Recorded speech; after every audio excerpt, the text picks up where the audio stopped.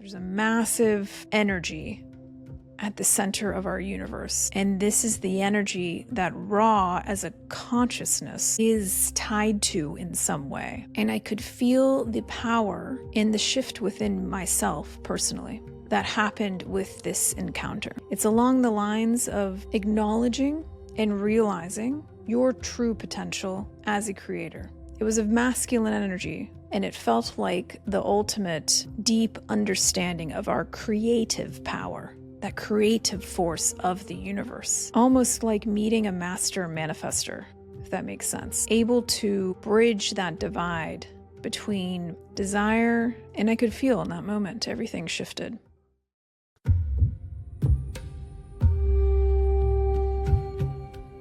Welcome to SoulPod, where science meets mysticism and your inner wisdom leads the way. I'm your guide, Crystal Cassidy, and together we will bridge the seen and the unseen, science and spirituality, the practical and the profound. From quantum physics to energy centers, near-death experiences to extraterrestrial contact, join us as we delve into the mysteries of consciousness and journey together towards a more awakened, compassionate, and soul-connected world. Find your seat, drop in, and let's go on a journey together.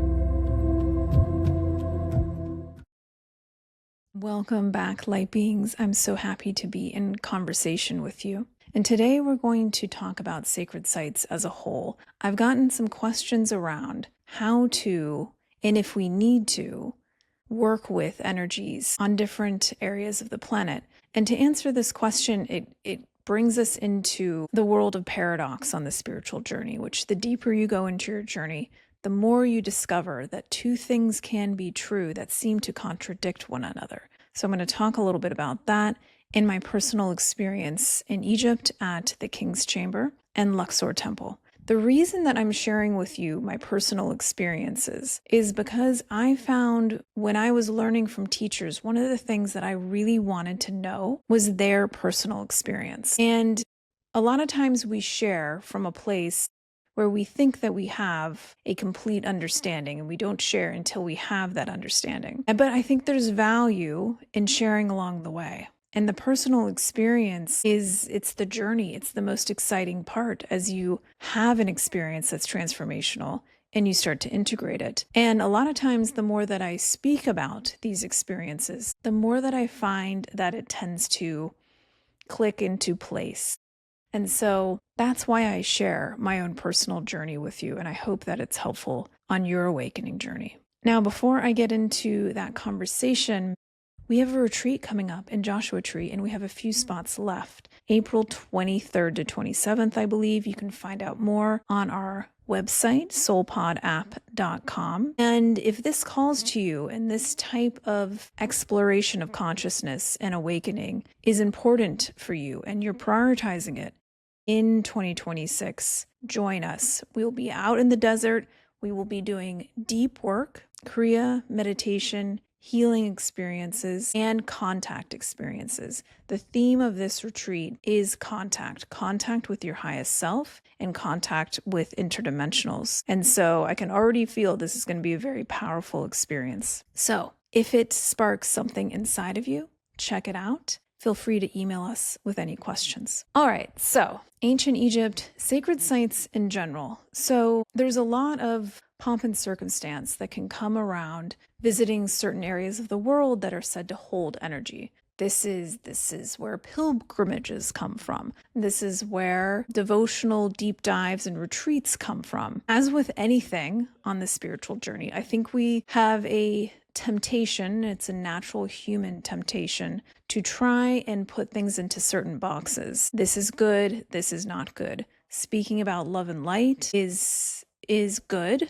and speaking about love and light is spiritual bypassing. Now, I'd mentioned paradox before. Two things can be true. And so I like to hold a level of nuance and complexity when we're talking about the spiritual journey. When we're speaking about love and light, this is just an example. There is a deep truth to that. There are a group of monks that are working on a path from Fort Worth to DC as we speak. They've been walking every day since October, and they're moving through the Carolinas right now. And their only aim is to be a vessel for peace and to share the path of peace.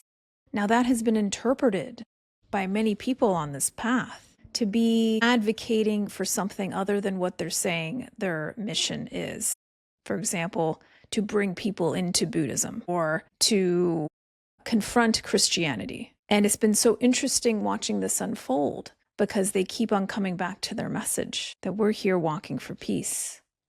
And the reason that I share that example is because it's such a great example of how the intention of a teaching can be interpreted in many different ways based on the biases and the belief systems of those who encounter the teaching. In this case, it's a walk for peace. And look how it has been interpreted by so many different people, all the way from this is the devil's work to the acknowledgement of the veneration of these powerful, powerful beings. So, sacred sites, as with many things on the spiritual journey, there is no right way to awaken. I say this all of the time. We each come in with our own energetic constitution. So that means there is a unique path for each one of us. So when you hear in the spiritual space, this is the right way, this is the wrong way, or trying to point out that somebody is not teaching the way they should, as the monks responded to one of the questions about the I guess I could say the anger coming from some of the Christian communities, they asked, are you at peace? They were asking if the people who are confronting them with their anger, are they at peace? And it's such a good question. And I think that when we encounter any kind of teaching or teacher or framing, we can ask ourselves, does this help bring me more peace? Does this help bring me more self-love? Does this open my heart?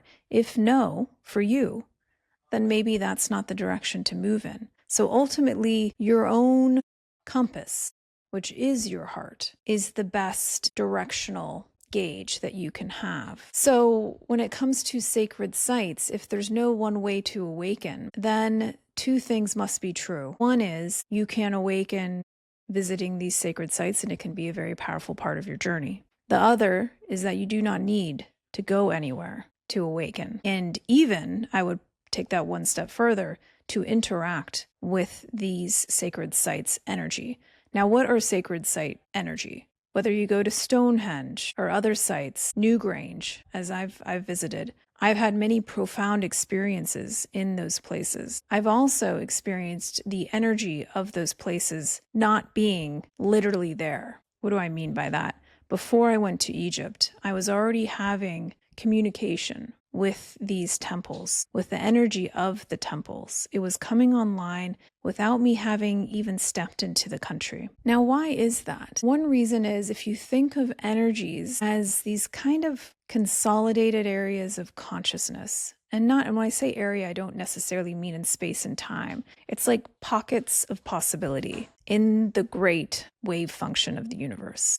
And you can start to access that experience. Now, one of the ways for us, since we are in the human form for a reason on this planet, one of the ways for us to experience energy and these pockets of consciousness is to physically travel. That is, and I'm not going to sit here and tell you that that's not a thing, because it is a thing. So when you travel to these places, and sometimes they're places that people know of and that are very commonly known as profound places, and other times they're not. Other times they're quiet and you stumble upon them and they reveal themselves to you. And this is always a co-creation. This is always a meeting of frequencies, right? You're a part of that equation. So ultimately, you hold the key that unlocks all of the doors. You're just deciding what doors do you want to unlock. And you can get more powerful at consciously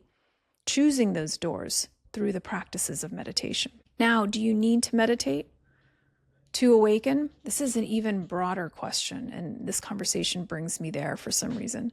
And the answer is no, because all this life is experience. And if experience is the only thing that really matters, then it doesn't really mean that you need to awaken through any one path. that being said, if experience is what this is all about, we can open the aperture of who it is that we really are. So this is ultimately letting go of who it is that you are not, and awakening and embracing and accepting who it is that you are. Then the question becomes, who are we? The one thing that I know about that is that we are not limited to our human senses. We are extrasensory beings. So the experience of realizing who it is that you are must include, on some level, at some point, the realization of that capacity to open the aperture of your consciousness and experience yourself as an interdimensional being. Then the question becomes, how do we do that? Meditation is one of the most powerful ways because it's closing down the aperture of our human senses a bit more and opening up the aperture of our minds, which is a conduit for consciousness, which helps us connect to the extrasensory information and field. So back to sacred sites. Actually, I want to take it back to, I mentioned the love and light comment. The reason I mentioned that is because it holds a very profound truth. We are welcoming and optimizing for love, which is the remembrance of our inherent connection. When you see that in life, in everything around you, that is the experience of recognizing that it's love. It's not romantic love. And light is this inherent foundational consciousness. So when we were as a culture, really heavy on that phrase, love and light, it was for a reason. Now, what happens is that at some point there starts to be a bit of a kickback, and rightfully so, because every iteration of our understanding is helping push the conversation forward. And that's the simultaneous recognition that the shadow is important in the journey. I encourage you to be wary of when something is oversimplified and then produced as this is the right way, this is the wrong way. That's the message that I'm trying to get across to you. There is a nuance, there is complexity, and there is paradox. So feel into it yourself and learn to start to hold that paradox, not be too afraid of it. That two things can be true that seem to contradict one another. But in reality, it's just the ability to hold more truth, more awareness. That's why you encounter paradox on the spiritual journey. So let's talk a little bit about the King Chamber. This is the very famous temple. I don't know if I would call it a temple, actually. The Great Pyramid in the King's Chamber felt very different to me than any of the other temples. Now, something here that's really helpful, I think maybe for you all to understand, and the reason I share this is because we're a temple. What we're building at SoulPod, these fields of energy that you can interact with, are temple energies. So what do temples do? They facilitate communication.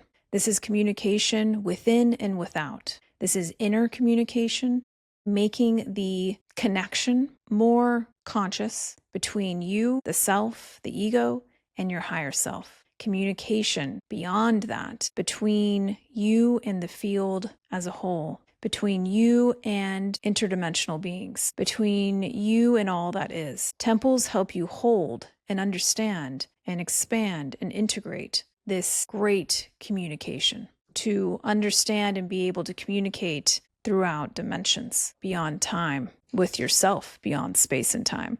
So that term communication, when it comes to temples, is huge. And the more that I understood what the temples were really providing for, the more I realized we have all kinds of temples that we're building as a species right now. And that's why the Egyptian temples are coming online. Now, these temples are very alive. No, this is very hard to understand, but they're not in the past. This consciousness, this energy, this awareness is very present now. And some of that can be maybe understood through quantum physics and the theories, the latest and last theory from Stephen Hawking, that the past is actually emergent. It kind of is created through our awareness of it. Very trippy. So the relationship with these temples, with this consciousness, with this this pocket of experience that you can tap into. That's why I think so many people are coming to Egypt right now and getting involved with these temples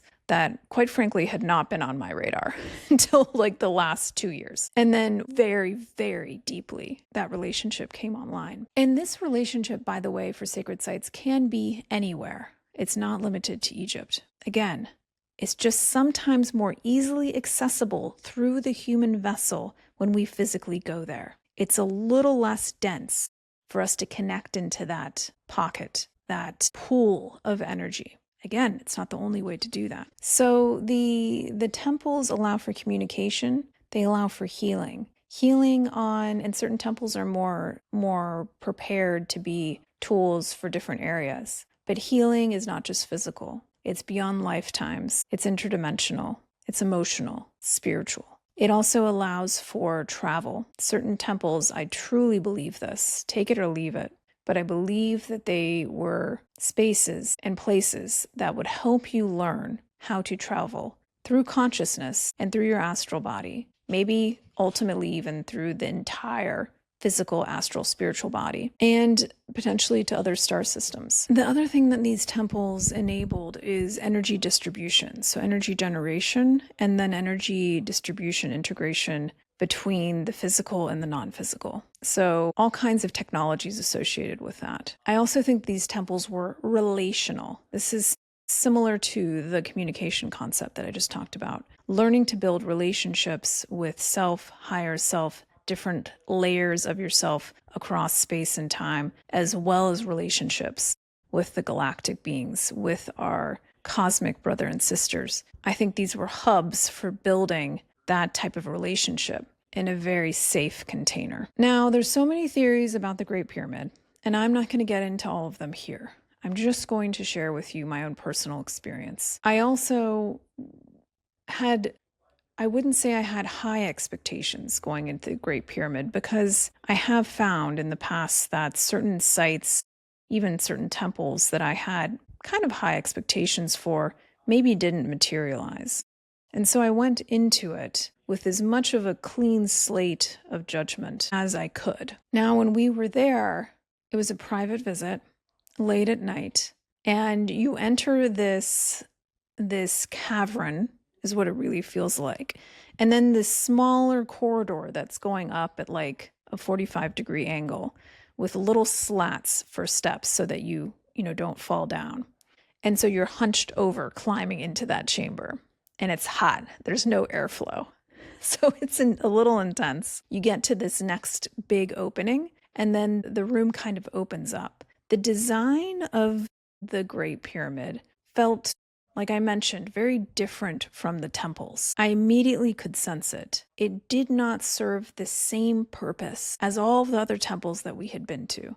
So I do not think of it as a temple. I think of it as a technology. And people have shared this sentiment in other spaces as well. I'm just saying that I very much felt that. And the design of it, even the entryway, once you make it all the way to the top, to the King's Chamber, has this really almost industrial looking entryway that you have to kind of crawl into. It's very interesting. I had not seen anything like that anywhere else in Egypt. And you enter this room, and it's a very simple room with a sarcophagus, which we were told had been moved from the center of the room over to the side. How? I don't know. There's lots of theories around that. And there's these little holes in the wall that seem to go very deep into the rest of the chamber. It felt like a technology. And so I meditated with my hands on the sarcophagus. I did not get in. I wasn't called to get in. I think you have to very much listen to what you're called to when you enter that room. I don't think you can plan for it. I think it comes to you. And what I felt was a very powerful energy. And what came through for me was Ra. Ra is the Egyptian sun god, and it is representative of that spiritual light that flows through all. Ra is representative of the sun that comes up over the horizon, goes down, comes up, goes down, comes up, goes down. I'll share a little bit more how this is entangled with the experience at Luxor. And I heard Ra, which I have never had this type of experience, but I heard in my mind, I am Ra, I am Ra, I am Ra. I later found out that when Ra is a consciousness or an energy, however you want to think of it, comes through, it's always with that introduction. And I had no idea until it happened, until I heard that later. So that was very confirming and interesting for me. And it was shown the center of the universe. There's a massive energy at the center of our universe. And this is the energy that Ra as a consciousness is tied to in some way. And I could feel the power in the shift within myself personally that happened with this encounter. And it's very difficult to put words to, but I'm going to do my best for you here. It's along the lines of acknowledging and realizing your true potential as a creator. It was of masculine energy, for sure, but a balanced masculine energy. And it felt like the ultimate deep understanding of our creative power, that creative force of the universe. Almost like meeting a master manifester, if that makes sense. Able to bridge that divide between desire and I could feel in that moment everything shifted. And I'll save some of that for me personally. I went to the center of the chamber, and there was something interesting that was, for me, energetically, was going on at the very center of the room. And I stood there and meditated. And what I experienced was the consolidation of lifetimes across all space and time into that point, into that moment. And I felt within me a knowing that all wisdom and experiences that are needed now, all of those lifetimes came into that point in time, into my consciousness, and it now exists. So given my personal experience, and there were many others that had extremely powerful experiences, it certainly seems to be some sort of mode of travel.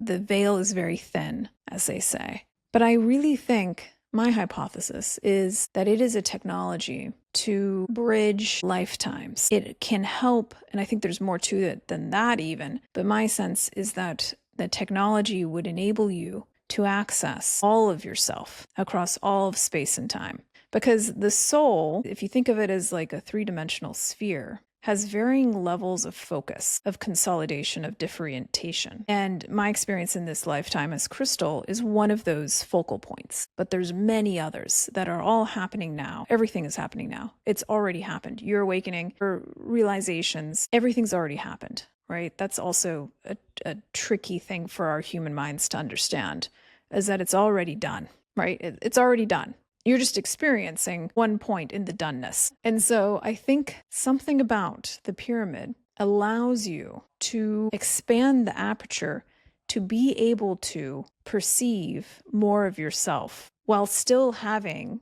the perspective of self.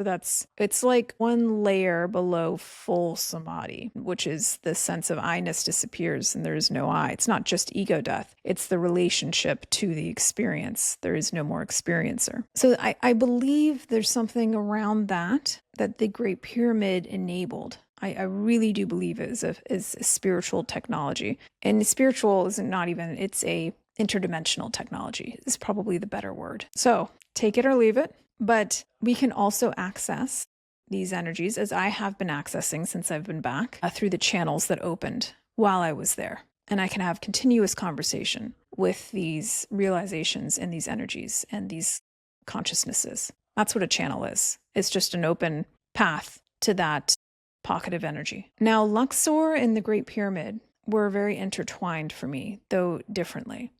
And in Luxor, I had a experience in the middle of the great courtyard where a scarab was placed in my hand, and it activated the sun coming up, going down, spinning faster, faster, faster, moving through time. And that enabled, I think Luxor was a lot around moving through time. That enabled me to have an experience.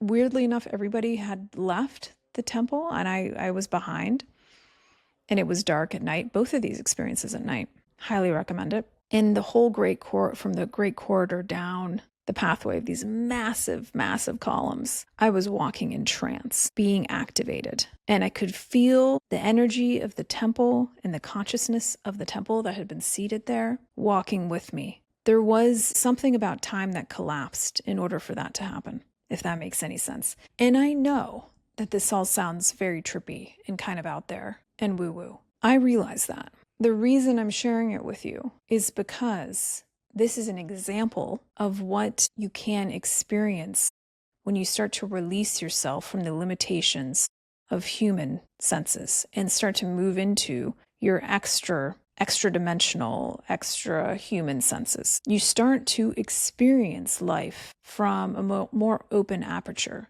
Ultimately, for me and where I'm at in my journey, this is where my interest lies, because there's experiences I can have in my day-to-day, 100% as human, totally tapped in, wave function collapsed into this crystal self. And there's experiences that I can have beyond this time and space. And you don't need Netflix. You don't need AI. It is a technology, very much a technology, that you can learn to turn on so that you can access these dimensions of experience. I think that we're being called right now to realize this potential within us. When we talk about in any spiritual tradition, that really at the end of the day, it's very simple. It's very simple. The goal is to release anything that's not you and to accept who it is that you really are, to love yourself, because that love is a recognition that you are a part of the whole. So there's this simplicity to what this is all about. There's also the joy of the journey in getting there, which is why we're here. And so I believe that we're being called now as a species to realize more of who we are, which, as I said, is not just limited to this space and time. These experiences are examples of that, and I share it with you so that you may have some examples or a blueprint of what is possible. And I can tell you,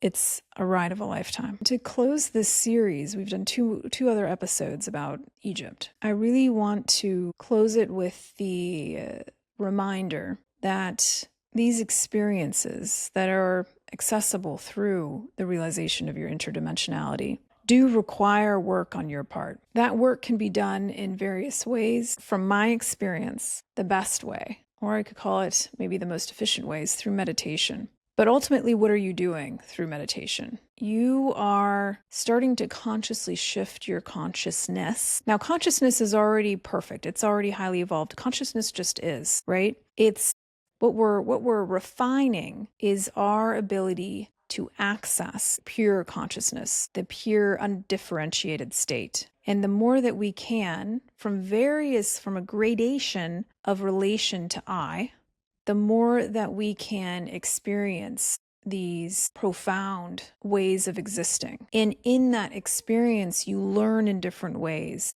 You start to know in different ways. You start to heal in different ways. That's why I think, in my own experience, my own knowing, that this is a powerful, powerful direction to move in.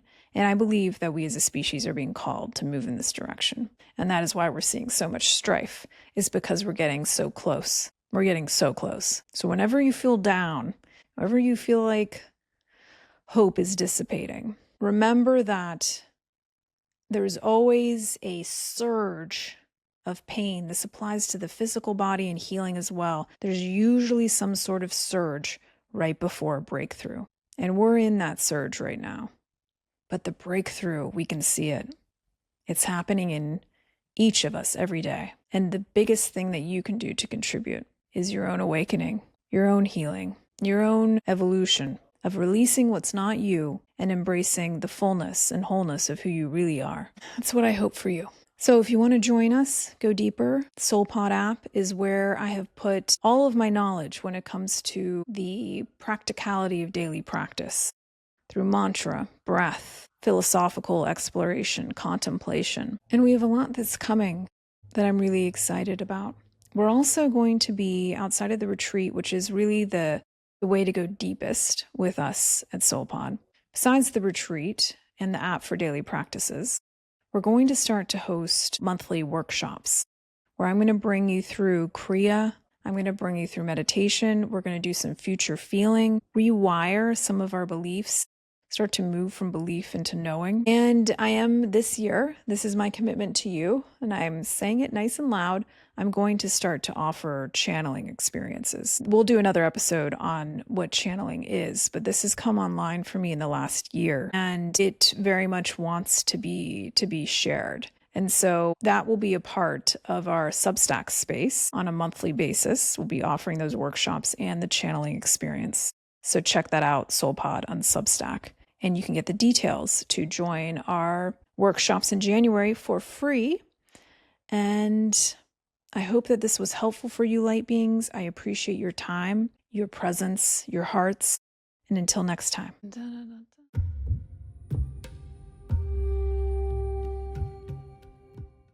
Thank you for journeying with us today, light being. We hope you enjoyed the episode. And before you go, we want to invite you to explore the SoulPod app, where you can immerse yourself in daily lessons, guided meditations, and breath work to develop a soul nourishing daily ritual and tune back into your own inner guidance system. You can download SoulPod in the App Store or directly from the show notes to start your free trial today and awaken the ancient wisdom within you.